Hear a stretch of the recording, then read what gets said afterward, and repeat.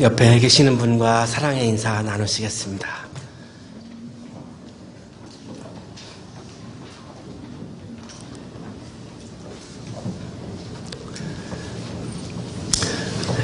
작은 신의 아이들은 렌다 헤인즈가 감독한 영화입니다. 제임스라고 하는 교사가 청각장애인 학교의 교사로 부임을 합니다. 굉장히 열정이 많은 그런 사람이었고요. 수아와 함께 아주 적극적인 그런 활동을 통해서 아이들과 소통을 하고 수업의 집중력을 위해서는 몸 개그도 마다하지 않을 정도로 그런 권위적인 거를 다 벗고 아이들과 굉장히 친숙하게 친밀하게 지내는 그런 교사의 생활을 진행해 나갑니다.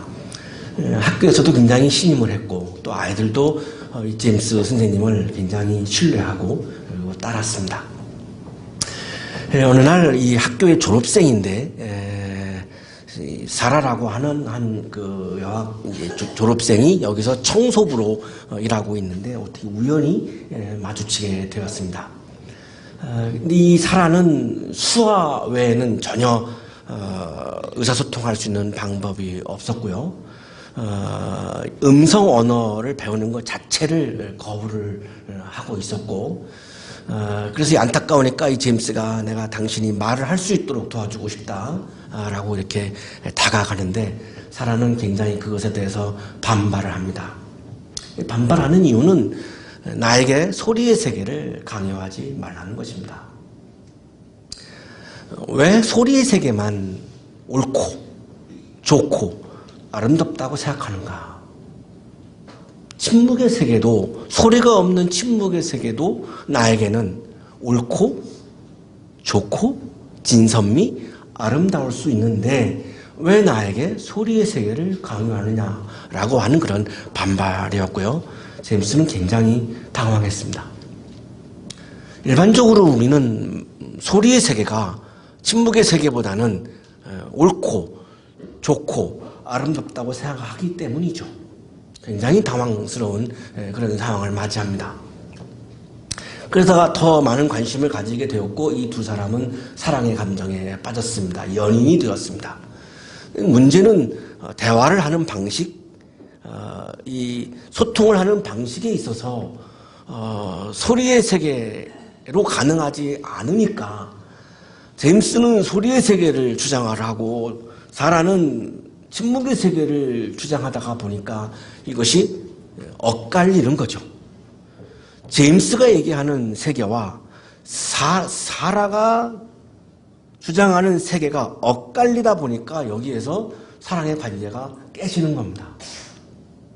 모든 관계는 엇갈릴 때에 나의 뜻과 상대방의 뜻이 엇갈릴 때에 사랑의 관계가 깨지는 거고요. 물론 국제관계도 마찬가지고 우리 지금 남북 문제도 다 마찬가지고요. 신앙적인 것도 마찬가지죠. 하나님의 뜻과 내 뜻이 엇갈릴 때에 우리는 비신앙적인 삶을 살아갈 수밖에 없죠. 교회는 열심히 다니지만 교회 일은 많이 하지만 여전히 나는 삶 속에서 사회에서 직장에서 가정에서 하나님의 뜻을 거스르고 엇갈리고 내 뜻을 주장하며 살아가는 한 그것은 비신앙적인 것이지 그것을 신앙적이라고 말할 수가 없습니다. 하나님과의 나와의 관계도 역시 엇갈림에서 깨지는 건데요. 이 두 사람의 관계도 역시 여기서 깨집니다. 사라가 소리의 세계를 거부하는 데는 그만한 이유가 있습니다. 어린 시절에 입으로 소리를 내는 법을 배우려고 했습니다. 그런데 입에서 자꾸 이상한 괴성이 나오는 거죠. 그러니까 아이들이 이 사라를 놀려댔습니다.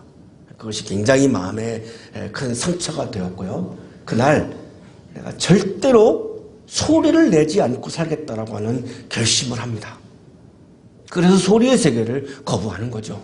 그 상처가 너무나 컸던 겁니다. 사라는 침묵의 세계를 자신만의 신비로운 아름다움으로 간직하고 이제까지 살아오고 있는데 나를 사랑한다라고 하는 사람이, 나를 사랑한다라고 하는 제임스가 나의 그 침묵의 아름다운 세계를 이해하지 못하고 그것이 옳지 않다고 소리의 세계를 나한테 강요한다? 이것은 사랑이 아니지 않는가라고 하는 굉장한 아픔을 겪고 지금 있는 거죠. 이걸 과연 사랑이라고 말할 수 있는가? 제임스는 턴테이블에다가 바늘을 올려놨습니다. 이 바흐의 2대의 바이올린을 위한 협주곡 2악장이 방 안을 가득 채우는데요. 너무너무 그 음악이 황홀했고요.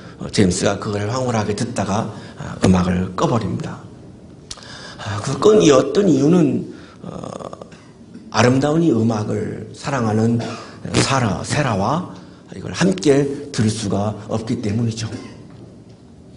소리의 세계와 침묵의 세계라고 하는 다른 세계에 살고 있는 이 엇갈림은 자꾸만 사랑을 방해하고 있는 거죠. 제임스는 절망합니다. 이 아름다운 바흐의 음악을 들을 수가 없으니, 사라가 들을 수가 없으니 너무나 마음이 아프고 절망합니다. 다시 음악이 들려옵니다. 사라가 틀어놓은 거죠.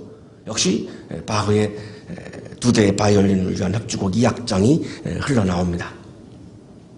사라는 제임스에게 와서 바하의 음악을 보여달라고 합니다. 제임스는 몸으로 음악을 보여주려고 최선을 다합니다. 그러나 바하의 그 아름다운 음악을 몸으로 표현하기에는 너무나 한계가 있는 거죠. 도저히 몸으로 바하의 음악을 표현할 수가 없어요.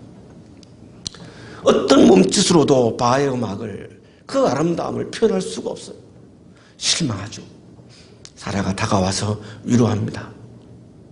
사랑하면서도 사라의 침묵을 이해하지 못했던 제임스, 처음으로 침묵의 세계를 이해해 보려고 고뇌하기 시작합니다.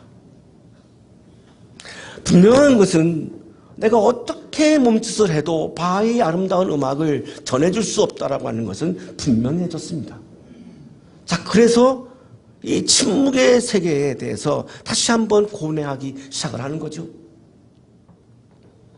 드디어 이 제임스가 사라의 침묵의 세계를 이해하기 시작을 합니다. 소리와 침묵을 뛰어넘는 영적 교감으로 사라와 제임스는 다시 사랑을 하기 시작합니다. 제임스와 사라의 새로운 사랑은 다시 타오르기 시작합니다. 깨졌던 사랑이 다시 시작됐던 것은 무엇일까요? 두 사람이 침묵의 세계와 소리의 세계가 엇갈렸기 때문에 사랑의 관계가 깨졌습니다. 자, 이번에는 제임스는 나의 소리의 세계를 스스로 자기를 엇갈려 나갔습니다.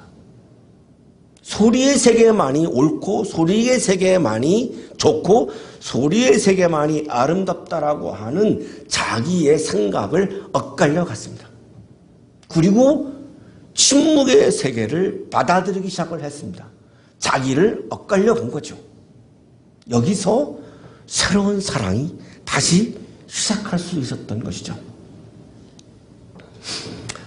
대사 중에 한 부분을 인용하겠습니다. 맺어진다는 말은 단순하지만 그 의미는 끝없이 깊은 거예요. 침묵의 세계도 소리의 세계도 아닌 곳에서 맺어진 우리의 사랑은 빛나는 별처럼 영원히, 소리의 세계도 아니고 침묵의 세계도 아닌 곳에서 두 사람은 다시 만날 수 있었고 다시 사랑할 수 있었습니다. 그것을 가능케 했던 것은 제임스가 소리의 세계인 자기의 세계를 엇갈려 나갔기 때문이죠.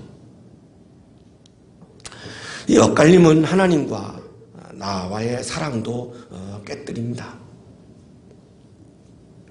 우리가 그리스도인으로서 산다라고 하는 것, 신앙인으로서 산다라고 하는 것은 우리가 내가 어떻게 하나님의 말씀 앞에서, 하나님의 뜻 앞에서 그 뜻을 엇갈리지 않고 내 뜻을 엇갈릴 것인가를 고민하며 살아가는 것이 신앙인의 삶이고 그리스도인의 삶인 거죠. 이걸 고민하지 않는다면 그건 기독교 신앙이라고 말할 수가 없죠. 교회에 충실할 수는 있지만, 훌륭한 교인이 될 수는 있지만 진정한 그리스도인이 될 수는 없기 때문에 오늘 아침 이것이 우리들에게는 고민인 겁니다. 내 뜻을 하나님 앞에서 내가 어떻게 엇갈려 나갈 것인가. 하나님께서 요나에게 적국인 아시리아의 수도인 니느웨로 가서 선교하라고 말씀합니다. 오늘 하나님의 뜻 앞에서, 말씀 앞에서 하나님을 엇갈리는 대표적인 한 사람인 요나를 오늘 우리가 성서일과를 통해서 만나고 있는데요. 이 엇갈리게 된 이유가 적국인 아시리아의 수도인 니느웨로 가서 말씀을 전하라는 겁니다. 너는 어서 저 큰 성읍 니느웨로 가서 그 성읍에 대고 외쳐라. 그들의 죄악이 내 앞에까지 이르렀다. 요나의 마음속에는 적국이 망하기를 바라고 있습니다. 적이니까요. 그런데 하나님은 내가 니느웨를 사랑하니 니느웨를 구원해야 되겠으니 거기에 가서 말씀을 전하라고 하는 이 말씀 앞에서 요나는 도저히 그거를 받아들일 수가 없는 거죠. 자, 이념이 신앙을 앞서고 있는 거죠. 이념이 적과 적으로 만나는 이 이념이, 적이라고 하는 것이 뭐겠습니까? 이념이 다른 거죠. 이 이념이 하나님의 말씀 앞에서 내가 하나님 앞에 순종하는 신앙보다 앞서고 있는 거죠. 그래서 거부하는 겁니다. 갈 수 없다는 거죠. 니느웨는 현재 지명은 니네베입니다. 티그리스 강을 사이에 두고 이라크 그 모술과 맞은편에 위치해 있는데요. 이 모술 우리가 아주 유명한 지명이어서 우리가 너무나 잘 알고 있습니다만, 지금은 이제 그 이라크 그 지명에 해당하는데요. 이 니느웨에서 그래서 이 요나가 욥바로 갑니다. 욥바로 간 이유는 배를 타고 지구의 끄트머리로까지 내가 도망치겠다라고 하는 의지였습니다. 그러니까 당시에 이 요나는 지구의 끝이 스페인이라고 생각을 했습니다. 그래서 지금 지도에 보시는 바와 같이 니느웨에서 욥바로 이동을 해와서 거기서 배를 타고 스페인, 성경에는 지금 다시스라고 이렇게 우리가 알고 있는데요. 스페인으로 배를 타고 갑니다. 안 가겠다는 거죠. 니느웨 말씀을 전하지 않겠다는 거죠. 하나님을 엇갈려 가고 있는 거죠.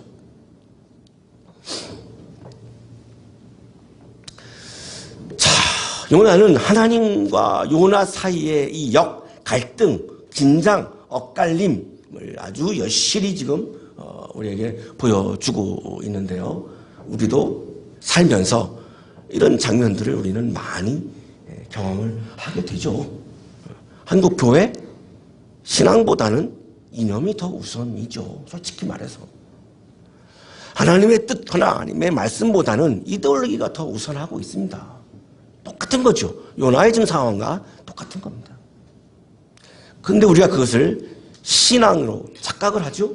그 이념을 우리는 신앙으로 착각을 합니다. 하나님을 거스르는데, 하나님을 엇갈리는데 그걸 어떻게 신앙이라고 말할 수 있을까요? 하나님을 외면하고 진리를 외면하고 이방인을 외면하고 하나님의 세계를 외면하고, 이것이 지금 요나의 모습인데 우리의 모습과 너무나 비슷하죠.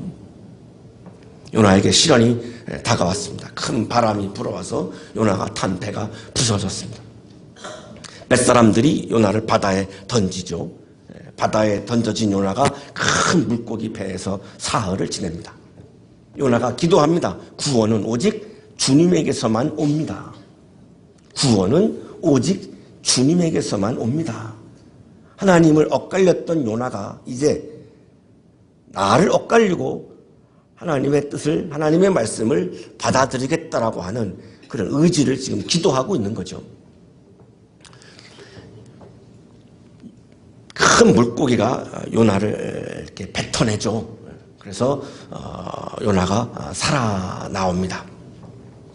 이때 이제 다시 하나님이 요나에게 말씀을 하시는 것이 오늘 요나서 3장 오늘 성서 일과의 본문입니다. 너는 어서 저 큰 성읍 니느웨로 가서 이제 내가 너에게 한 말을 그 성읍에 외쳐라. 자, 여기 동사가, 중요한 동사가 3개가 나오고 있는데요. 우리말 성경에는 사실은 일어나라가 빠져 있습니다. 쿰, 일어나라. 레크, 가라. 크라, 외쳐라. 이런 3가지 지금 히브리어 동사가 나오고 있는데요. 이 3가지 동사가 지금 요나에게 하나님이 주시는 그런 말씀입니다. 우리가 잘 알고 있는 달리다 쿰, 소녀 일어나라 할 때 달리다 쿰, 우리가 다 잘 알고 있는데요. 이 쿰이 일어나라라고 하는 말씀입니다. 레크, 가라, 크라, 외쳐라. 이 뒤에 가서 이제 우리가 4절을 볼 텐데요. 이거 좀 기억하시면 좋겠습니다만, 요 그대로 요나가 이 쿰, 레크, 크라 이거를 그대로 합니다. 그만큼 요나가 하나님을 엇갈렸던 요나가 다시 자기를 돌이켜서 하나님이 말씀하신 대로 그대로 하는 장면을 우리에게 보여주고 있습니다. 킹 제임스 버전에는 rise, go, preach 이렇게 지금 3가지 동사로 되어 있습니다만 우리말 성경에만 지금 rise, 쿰 요게 빠져 있는데요. 사실은 원어 성경에는 일어나라고 하는 뜻이 들어가 있습니다. 요나가 주님께서 말씀하신 대로죠. 하나님을 엇갈렸던 요나가 자 이번에는 말씀하신 대로 자기를 엇갈리고 하나님의 말씀을 지금 받아들이고 있는 거죠. 그래서 길을 떠나서 니느웨로 갑니다. 적국이 수도인 아시리아 수도인 니느웨로 가는데요. 당시에 12만 명이 살았던 매우 큰 도시여서요. 거기를 돌아다니는 데만 하더라도 굉장히 많은 시간이 걸렸더라고 우리가 이렇게 알려져 있습니다. 키드바르 말씀하신 대로 키드바로 주님이 말씀하신 대로 말씀을 따라서 그 말씀을 따라서 내 뜻을 엇갈린 거죠. 이것이 신앙입니다. 하나님의 말씀 앞에서 내 뜻이 다를 때에는 무조건 말씀하신 대로 그 말씀 앞에서 내 뜻을 엇갈리는 것이 신앙입니다.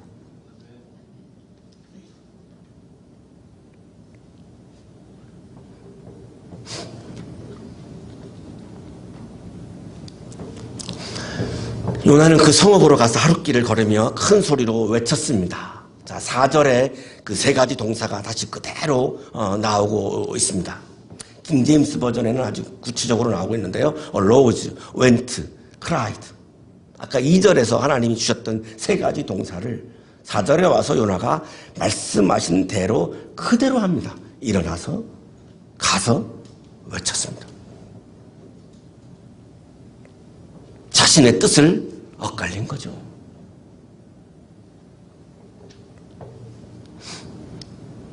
교회에는 하나님의 뜻이 더 가득한가요? 사람들의 뜻이 더 가득한가요? 우리 교회는 하나님의 뜻이 충만한 것 같고요. 아멘을 안 하시는 분들은 여전히 자기 뜻을 고집하시는 것 같은데 제가 일반 교회의 경험을 돌아보면 일반 교회는 사람들의 뜻이 교회를 다 좌지우지하고 있습니다. 그것은 신앙이 아니죠. 하나님께서 말씀하신 대로 그대로 그냥 내가 따르는 거죠. 내 뜻을 엇갈려서 따르는 거죠. 이것이 신앙이죠.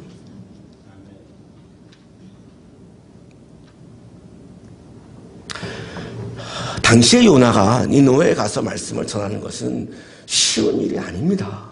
이 요나서가 바벨론 포로기 이후에 쓰여진 성경인데요.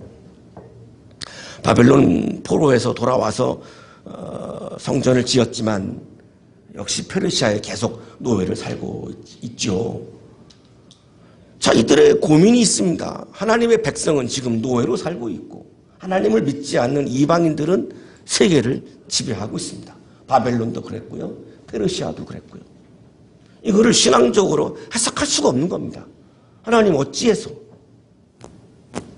이들은 이 당시에 엄청난 선민의식을 가지고 하나님은 이스라엘을 특별히 사랑한다라고 하는 이런 특권의식을, 선민사상을 특권의식으로 가지고 있었죠. 토인비는 이것 때문에 헤브라이즘 문명이 망한 거라고 이야기를 합니다만, 그런 상황에서 어떻게 니느웨로 갈 수가 있겠습니까? 이 당시에 히브리인들의 신앙이 전환하고 있음을 우리에게 보여주고 있는 거죠. 하나님은 바벨론도 사랑하시고 페르시아도 사랑하신다라고 하는 것을 깨달은 겁니다. 하나님을 믿지 않는 이방인들은 사랑하지 않는다라고 하는 것이 이들의 생각이었는데, 이 역사를 계속 이어가면서 이들이 이제 깨달은 거죠. 아, 하나님은 바벨론도 사랑하시고 페르시아도 사랑하시는구나. 자, 여기서 지독한 국수주의가 세계주의로 전환하기 시작하는 겁니다.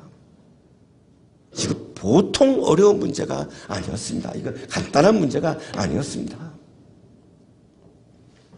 니느웨 백성들이 하나님의 말씀을 믿고 금식을 선포하고 모든 사람들이 베옷을 입고 회개하기 시작합니다. 이방인들이었지만, 니느웨 사람들이 이방인들이었지만 이들도 말씀하신 대로 자신들의 뜻을 엇갈렸습니다. 하나님께서 그들이 뉘우치는 것, 곧 그들이 저마다 자기가 가던 나쁜 길에서 돌이키는 것을 보시고 뜻을 돌이켜 그들에게 내리시겠다고 말씀하신 재앙을 내리지 않으셨다. 자, 여기서 하나님도 다시 엇갈리십니다. 심판을 하려고 했던 자신의 뜻을 하나님도 엇갈리십니다. 이것을 가능케 했던 것은 역시 이 10절에도 중요한 세 가지 동사가 나오고 있습니다. 하나는 바르, 보았다라고 하는 겁니다. 니느웨 사람들이 자신의 뜻을 돌이키는 것을, 자신의 뜻을 엇갈리는 것을 보셨다라고 하는 거죠. 하나님이 보셨다는 거죠. 하나님이 보시기를 원하는 것은 우리가 내 뜻을 엇갈리는 것을 보시고 싶다라고 하는 거죠.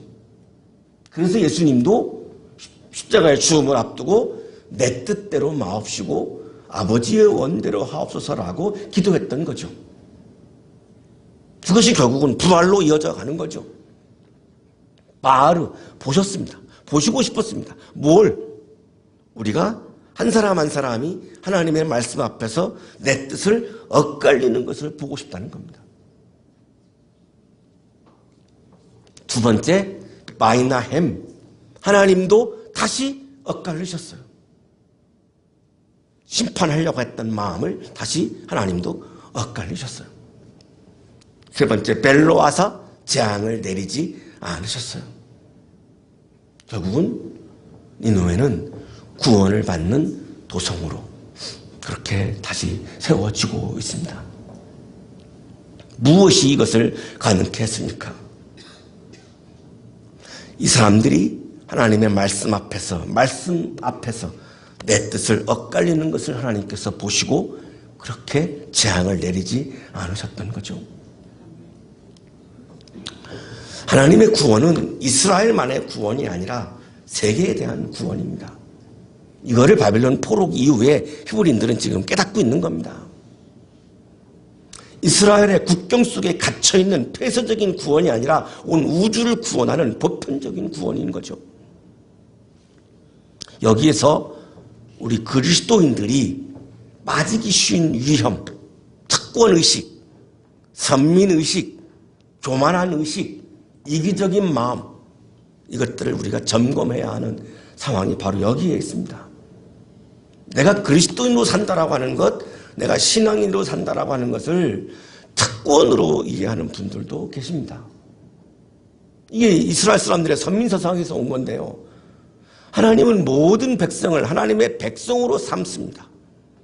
이스라엘은 그러면 무슨 의미를 가지고 있습니까? 세계를 위한 종의 직무를 가지는 것입니다.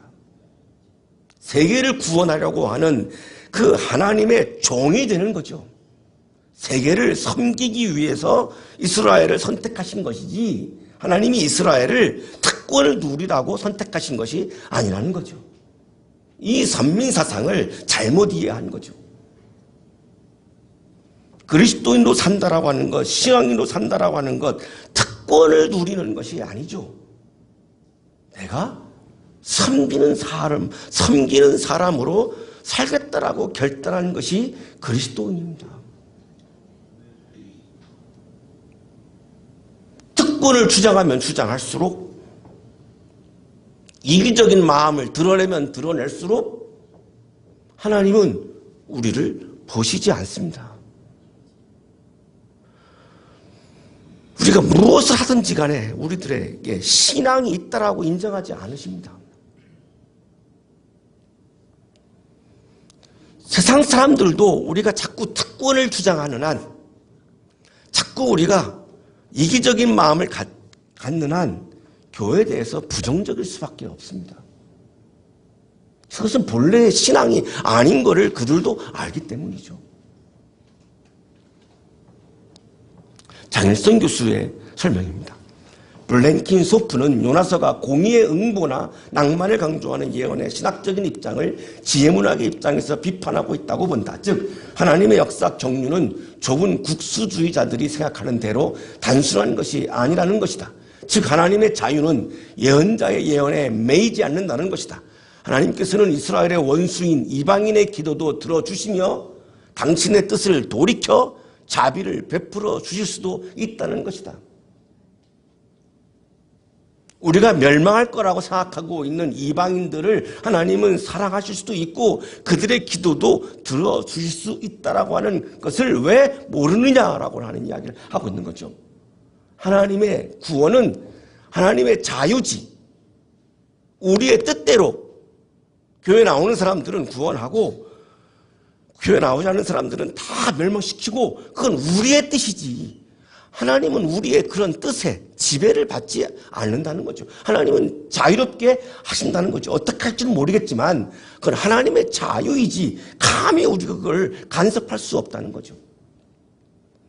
블랭킨 소프는 요나서가 하나님의 자유를 강조함으로써 예언적 결정론의 굴레를 벗어나게 되었다고 말한다.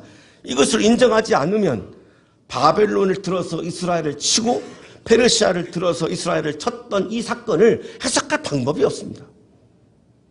하나님은 자유롭게 바벨론도 하나님의 도구로 쓰셨고 페르시아도 하나님의 도구로 사용하셨던 거죠. 그건 하나님의 자유입니다. 그것에 대해서 우리가 간섭할 권한도 없고 이유도 없는 거죠. 진정한 선민사상은 특권을 갖는 것이 아닙니다. 종교인들이 세금을 내지 않는 이 특권이 신앙이 아닌 거죠. 진정한 선민사상은 배타적인 것이 아니죠.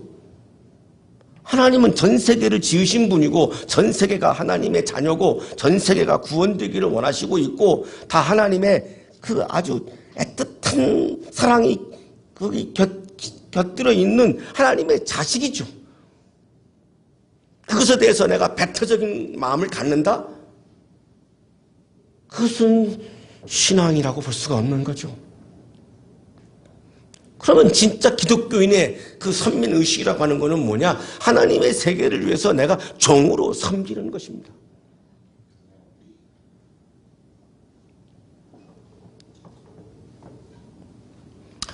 요나서의 말씀을 묵상하다가 한 단어를 결론으로 선택을 했습니다. 민족적 세계주의입니다.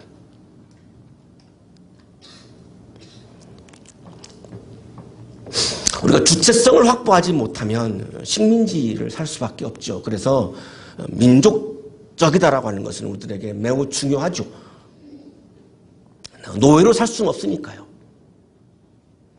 그런데 그 민족적이라고 하는 것이 아주 이기적인 민족주의가 돼버리면, 국수주의가 돼버리면 그것은 신앙을 떠나게 됩니다. 그 민족적인 것을 가지고 세계를 위해서 기여해야 하는 거죠. 이거를 저는 민족적 세계주의라고 하는 단어를 이렇게 떠올렸습니다. 요나는 민족적 세계주의를 말하고 있습니다.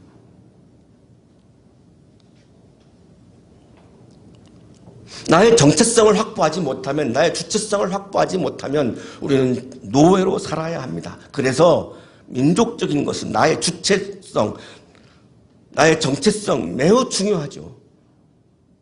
내가 기독교인이라고 하는, 신앙인이라고 하는, 그리스도인이라고 하는 정체성 매우 중요하죠. 그러나 그것이 특권을 누리는 그런 그리스도인이 아니라 세계를 위해서 내가 섬기는 종으로서의 그리스도인, 종으로서의 신앙인, 종으로서의 하나님의 백성이 돼야 되는 거죠.